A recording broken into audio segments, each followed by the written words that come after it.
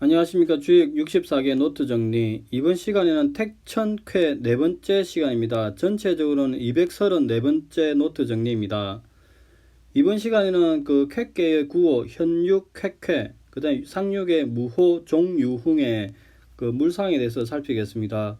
계속 이야기하지만 5개의 양이 하나의 음을 처단하는 그 상을 계속 염두에 두고 효를 살펴봐야 될 것 같습니다. 먼저 한자 정리한 것을 같이 한번 읽어보겠습니다. 현육 쾌쾌, 현육 쾌쾌 중행무구. 쇠비름 현육을 단호하게 결단함이니 중도를 행함이라 허물이 없다. 상활 중행무구 중미광야. 중도를 행하여 허물이 없다는 것은 중도에 빛나지 못함이라 이렇게 이야기합니다. 그 이제 기본적 효 위치로 보면은 이제 구호는 중을 얻었죠. 그 다음에 정이죠. 그 다음에 응은 없습니다. 그렇게 구호가 이렇게 5위에 위치했으나 여전히 이 상륙에 억누르고 있는 하나의 남은 마지막 밑에 위치하고 있죠. 이 상황에서 이제 이야기하기를 현육 쾌쾌를 일반적인 설명은 쇠비름을 잘라내듯이 과감하게 해야 된다. 쾌쾌 이렇게 합니다. 그래서 구호가 과감하게 결단해서 상륙 소인을 제거해야 한다고 이야기합니다. 이 상황에서 중미광야는 아직 6효 상륙 밑에 있는 상황을 말한다고 이야기합니다. 황태현 교수님은 이와 달리 산양이 뛰어서 달린다고 이야기합니다. 그래서 이 상황에서 중도를 행하면 허물이 없다 이렇게 이야기합니다. 그러면은 이렇게 이제 그 상황에서 왜 이렇게 하냐면은 과단하게 결정을 할지라도 병장기를 쓰지 않고 덕에 살아야 하는 쾌계의 괴의에 맞다고 이야기합니다. 쾌계의 그 물상에 제일 처음이면 분리즉융 물상이 있죠. 이야기가 있죠. 또한 이 구호는 중에 위치한 강량이라고 이야기합니다. 그래서 중위에 있으나 중도를 지키기 어렵다고 이야기하는데 이 어려우니까 오히려 이 중행은 조건절이라고 합니다. 그래서 중도를 행해야 허물이 없다. 이게 조건절을 걸어버리는 거죠. 그 다음에 다사는 조금 또 다르게 설명하시기를 혈육의 풀처럼 약한 까닭에 부러지고 또 부러지게 될 건다. 쾌를 결단한다로 보지 않고 꺾인다고 이야기합니다. 그 다음에 중행을 중도를 행한다고 보지 않고 사신으로 간다고 이야기합니다. 그래서 사신으로 가면 허물이 없다 이렇게 이야기합니다. 그건 실천적으로 우리가 효를 받았을 때 이 현육의 의미가 무엇인지, 쇠비름인지 또 다른 의미가 무엇인지. 쾌쾌는 우리가 처음에 결단한다고 능동으로 봤는데 또 수동으로 보는 수도 있습니다. 왜냐하면은 결단한다의 의미가 이제 잘린다의 의미도 있으니까 꺾인다는 의미가 있으니까 다산 오히려 이렇게 수동으로 보는 측면도 있죠.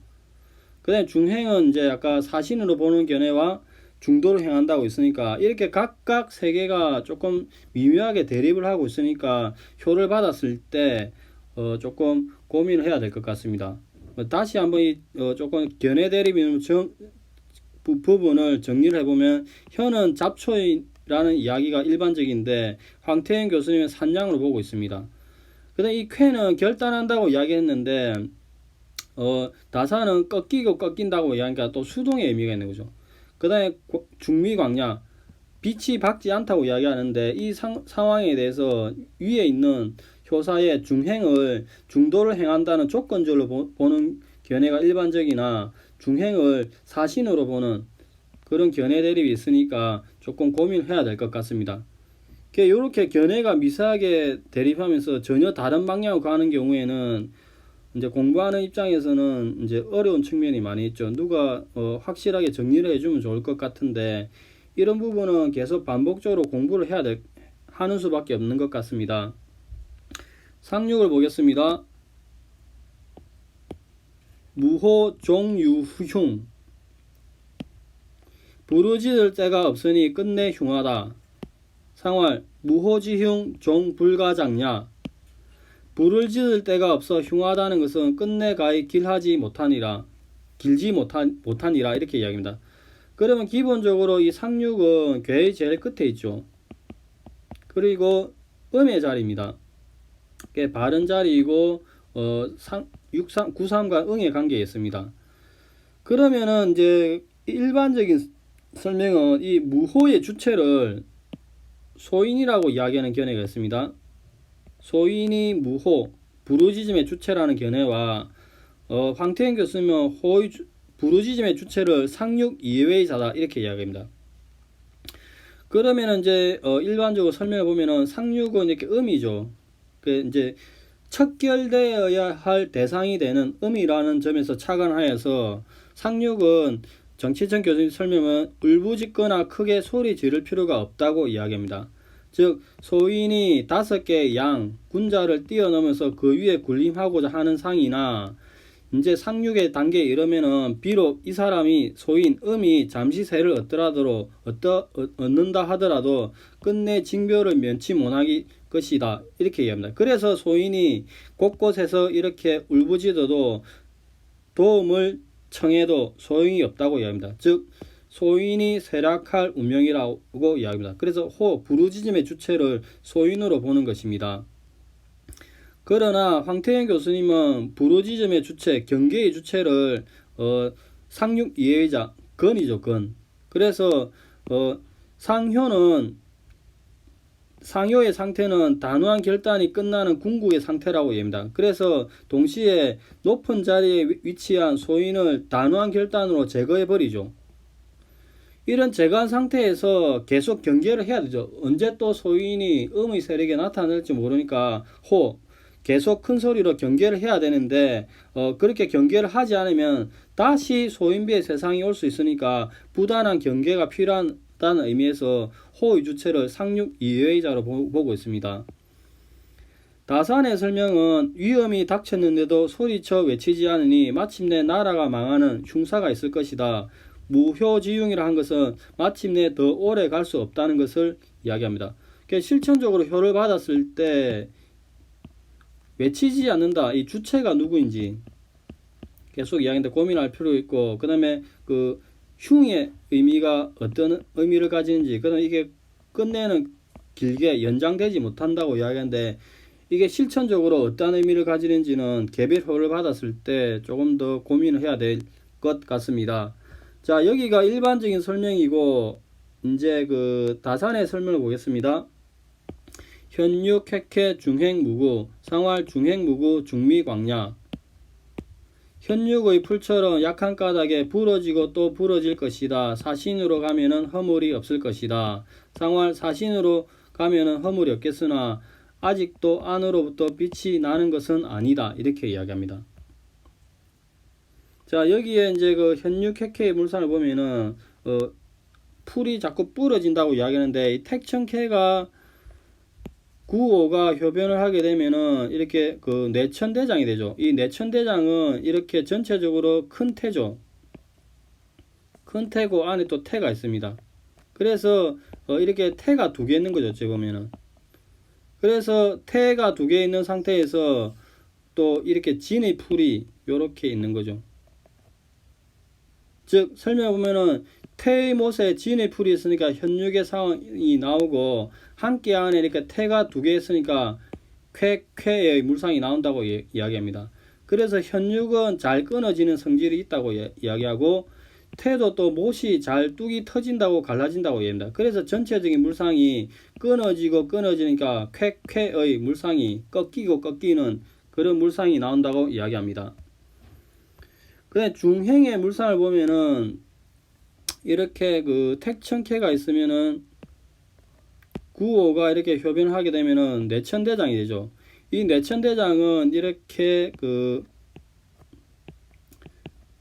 천례무망에서 교역을 해서 크로스한 거죠. 그 천례무망에서는 학계가 이렇게 현자가 이렇게 진의 현자가 아래에 있으니까 비천한 지위에 있는 거죠. 이런 상태에서 추이를 하게 되니까 교역을 하게 되면은 진이 이렇게 위로 올라가는 거죠. 즉 설명을 보면은 천례무망계 시절에는 현자가 비천한 지위에 있다가 교역을 하게 되면 내천대장이 되면은 현자가 높은 곳에 올라간다고 이야기합니다. 그래서 이는 중행, 중노로 가면은 허물이 없다 이렇게 이야기합니다. 자, 글을 한번 읽어보겠습니다. 미광야를 한번 더 보면은 이렇게 택천케의 물상을 보면은 구호가 효변을 하게 되면은 천례무망이 되죠. 천례무망은 이렇게 그 내천대장께가 됩니다. 내천대장 이렇게 천례무망에서 왔죠. 천례무망은 기본적으로 이렇게 풍택중부에서 왔지만 풍택중부에서 이렇게 왔지만 천례무망이 돼서 이게 리의 물상이죠. 빛의 물상이 있죠. 근데 이게 내천대장이 되면은 이 내천대장께는 리의 물상이 없는 거죠. 그래서 미광야 아직 속으로 빛이 나는 게 없다 이렇게 이야기합니다. 자, 글을 보면은 혈육의 풀처럼 약한 까닭에 부러지고 또 부러질 것이다. 사신으로 가면은 허물이 없을 것이다. 상활 사신으로는 없겠으나 아직 안으로부터 빛나는 것이 없다 이렇게 이야기합니다. 그 다음에 이제 상육을 보겠습니다.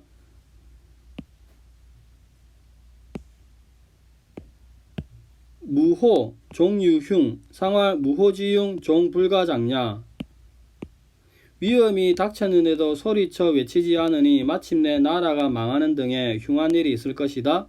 상활 무호지흉은 소리쳐 외치지 않으니 흉함이 있을 것이라고 한 것은 마침내 더 이상 오래 갈 수 없다는 것을 말한다 이렇게 이야기합니다.